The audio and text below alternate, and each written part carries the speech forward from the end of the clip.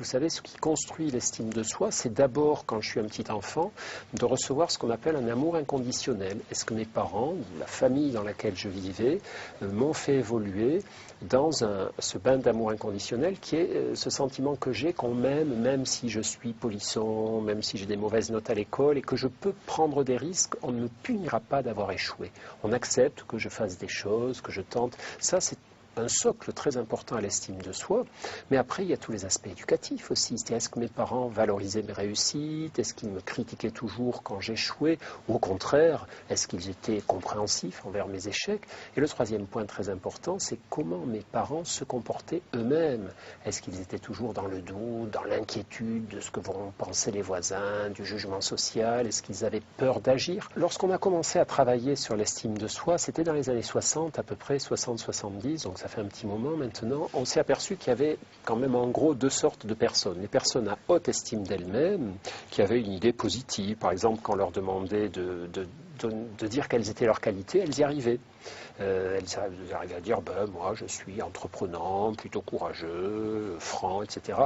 Quand vous demandiez à des personnes à basse estime de soi quelles sont vos qualités, c'était la catastrophe, ça les gênait d'en parler, ou chaque fois qu'elle trouvait une qualité, elle disait oui, je suis plutôt franc, mais parfois je m'y prends mal, je me fâche avec les gens, oui, j'ai de l'énergie, mais parfois je fais des bêtises à cause de cette énergie. C'est-à-dire, au fond, une des différences entre les haute et les basses estimes de soi, c'est le fait d'accepter, de voir les côtés positifs chez soi, le fait d'oser agir, de ne pas avoir peur de l'échec. Les personnes à haute estime de soi agissent plus facilement parce qu'elles ont intégré qu'au fond, échouer, c'était normal. Quand on agissait, il y avait un certain nombre de fois où on échouait. Alors que lorsqu'on a une basse estime de soi, on a très peur de l'échec parce qu'on pense qu'il va provoquer un jugement négatif sur nous. Et on s'identifie à cet échec, comme vous le disiez, c'est-à-dire on a l'impression qu'échouer, c'est être nul. Qu'échouer, c'est ne plus avoir d'avenir. On peut aussi, si on connaît trop d'échecs scolaires, trop d'échecs professionnels à répétition, finalement être ébranlé et se replier. Et après, il y a une espèce de cercle vicieux, c'est-à-dire moins j'ai confiance en moi, moins j'ose aller vers les autres et moins j'ose tenter de choses, et moins je vais vers les autres et moins je tente, évidemment, moins j'ai réussi, moins j'ai confiance, etc. Vous savez, notamment dans ces problèmes d'estime de soi, il y a tout un discours intérieur que nous nous tenons sans nous en rendre compte. C'est comme une espèce de petite tisane, de petite infusion permanente. C'est tu n'y arriveras pas, n'essaie pas, laisse tomber, tu as encore été idiot, vaut mieux te taire la prochaine fois. Toutes ces petites paroles négatives qu'on se dit à soi-même sans s'en rendre compte souvent. C'est comme une espèce de radio, là, imaginez une radio critique à bas bruit là, dans votre cuisine qui en permanence toute la journée vous dit t'es nul, n'essaie pas, tu n'y arriveras pas, tout le monde se fiche de toi, reste dans ton coin, c'est la meilleure façon, fais-toi oublier. Si vous êtes intoxiqué par ce genre de radio toute la journée, ça va finir par vous marquer. Et beaucoup d'entre nous fonctionnent comme ça, se dévalorisent sans cesse. L'approche cognitive travaille sur ces pensées automatiques. J'ai l'impression, quand je suis dans une soirée, que je suis le plus bête, le moins cultivé, celui dont le cerveau est le plus lent, celui qui intéresse le moins de monde. Alors ça, tout le monde a pu avoir cette impression. Parfois, c'est totalement absurde, c'est pas du tout vrai. Et parfois, c'est vrai, on est entouré de gens plus intéressants et intelligents que nous. Et alors ? Pourquoi ne pas s'en réjouir, se dire, oui, je sais bien que sur Terre, il y a plein de gens plus intelligents, et là, manque de chance, il y en a plein autour de moi. Je vais me réjouir, je vais les écouter, dire des choses intelligentes. Je n'ai pas besoin de me dévaloriser pour autant. C'est ça l'erreur, vous voyez, des problèmes d'estime de soi. Dès que je vois quelque chose qui me paraît admirable, je m'enfonce au lieu de me réjouir. La bonne estime de soi, ça n'est pas le narcissisme, se penser magnifique, supérieur aux autres, c'est pas du nombrilisme. Et au contraire, ce dont on s'aperçoit, c'est que lorsque les gens progressent en matière d'estime de soi, ça aboutit plutôt à un oubli de soi. On a souvent une mauvaise lecture de l'humilité. L'humilité, c'est pas se rabaisser, c'est simplement se dire, je ne suis ni supérieur, ni inférieur aux autres, je suis l'égal des autres humains. Il y a une fraternité entre nous, je n'ai pas à chercher, parce que je doute de moi, à les dominer. Je dois juste être à ma place au milieu de mes frères et mes sœurs humains, et on va partager. C'est ça l'humilité, c'est pas vouloir toujours se rabaisser, ça c'est du masochisme, ou c'est autre chose encore. En matière d'estime de soi, c'est souvent nous le vrai problème, c'est pas les autres, c'est pas le jugement des autres, c'est nous. On est souvent trop sévère, il y a une sorte de perfectionnisme dans les maladies de l'estime de soi qui font que les gens ont des exigences vis-à-vis d'eux tyrannique, inconcevable. Et on leur dit souvent en thérapie, il faut que vous soyez votre ami. Ne cherchez pas à vous adorer, à vous aduler, respectez-vous comme vous respectez simplement un ami. Ne vous mettez pas toutes ces pressions, c'est ça le péché d'orgueil, c'est vouloir se dire finalement je dois pouvoir être parfait. Et refuser de s'accepter imparfait, comme on est tous imparfaits, c'est souvent refuser d'agir et refuser d'être soi-même.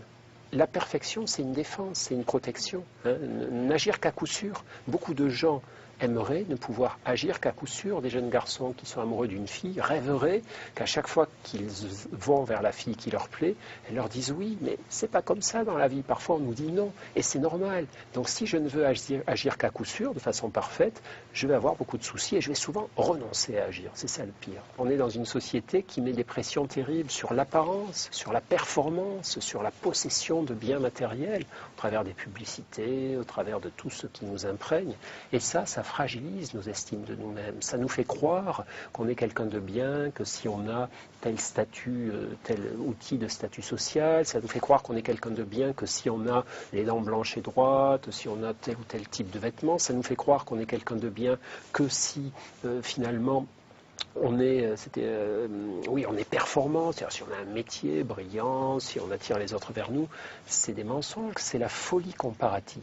C'est la folie comparative. Prenons l'exemple de l'apparence physique. Autrefois, d'abord, il y avait moins de miroirs et moins d'images qu'aujourd'hui. C'est-à-dire le miroir n'arrive dans les maisons, chez tout le monde, qu'au XIXe siècle. Donc avant, il n'y avait pas de photos, pas de miroir, donc bon, je m'apercevais vaguement dans un reflet de la mare ou sur des vieux miroirs en zinc. Bon. D'autre part, donc déjà, j'avais moins la pression sur mon image. D'autre part, avec qui je me comparais? Je me comparais avec les gens qui y a autour de moi, c'est-à-dire mes frères, mes sœurs, mes parents, mes cousins, mes voisins. Avec un peu de chance, j'étais en gros dans la moyenne. Aujourd'hui, je peux voir ma tête partout, et à cause des miroirs, des photos, des vidéos, et surtout, je vais me comparer avec qui? Avec les pin-up qui est à l'arrière des autobus, sur les abribus, sur les premières pages des magazines, avec les gens de la télé qui sont maquillés. Là, en nous faisant cette émission, on nous a maquillés pour qu'on paraisse plus beau. C'est pas sympa pour les gens qui regardent. Alors, on a tous l'air contents, bonne mine et tout. Vous avez quasiment la même tête en nature. Mais on est maquillés, donc tout ça, toutes ces comparaisons qui nous sont offertes par les médias font qu'on est plus insatisfait de nous. Vous savez, on fait de plus en plus d'études actuellement en psychologie sur, par exemple, les bénéfices de la foi, les bénéfices pour les personnes qui sont croyantes, quel que soit leur système de croyance, d'une dose de croyance médiane d'ailleurs, parce qu'on s'est aperçu que ce qui était bon pour le psychisme et bon pour la santé aussi, c'était d'avoir une foi intermédiaire, c'est-à-dire les personnes qui ont une foi trop raide, trop rigide, dans laquelle ils s'enclavent comme ça, ils se rigidifient, c'est pas si bon que ça. Et ceux qui n'ont aucune foi, c'est très compliqué, très angoissant, très insécurisant, très problématique aussi pour des tas d'autres aspects. Donc bien sûr qu'on s'intéresse énormément à ça. Et en matière d'estime de soi, c'est vrai que pour les croyants, la question de se dire, mais au fond, quel a été le dessein de mon créateur? Pourquoi il m'a créé si inquiet, si insatisfait, si imparfait? Mais vous savez, ça, c'est une très très vieille histoire. En conclusion de mon livre qui s'appelle Imparfaits, libres et heureux, celui sur les pratiques de l'estime de soi, je cite un petit passage de Marc Aurèle. Marc Aurèle, donc, c'est cet empereur romain qui était aussi philosophe et qui écrivait le soir son journal dans sa tente alors qu'il se bagarrait, là, il conduisait des guerres contre les barbares au nord de son empire. Et Marc Aurèle s'interroge sur son âme et il dit, en gros, il dit, mon âme, mais quand seras-tu enfin tranquille, quand seras-tu enfin satisfaite, quand cesseras-tu de toujours vouloir tout ce que tu n'as pas, etc., etc. Donc cette notion d'acceptation de soi et de prière qu'on tourne vers notre Créateur pour tenter de mieux s'accepter, elle est éternelle.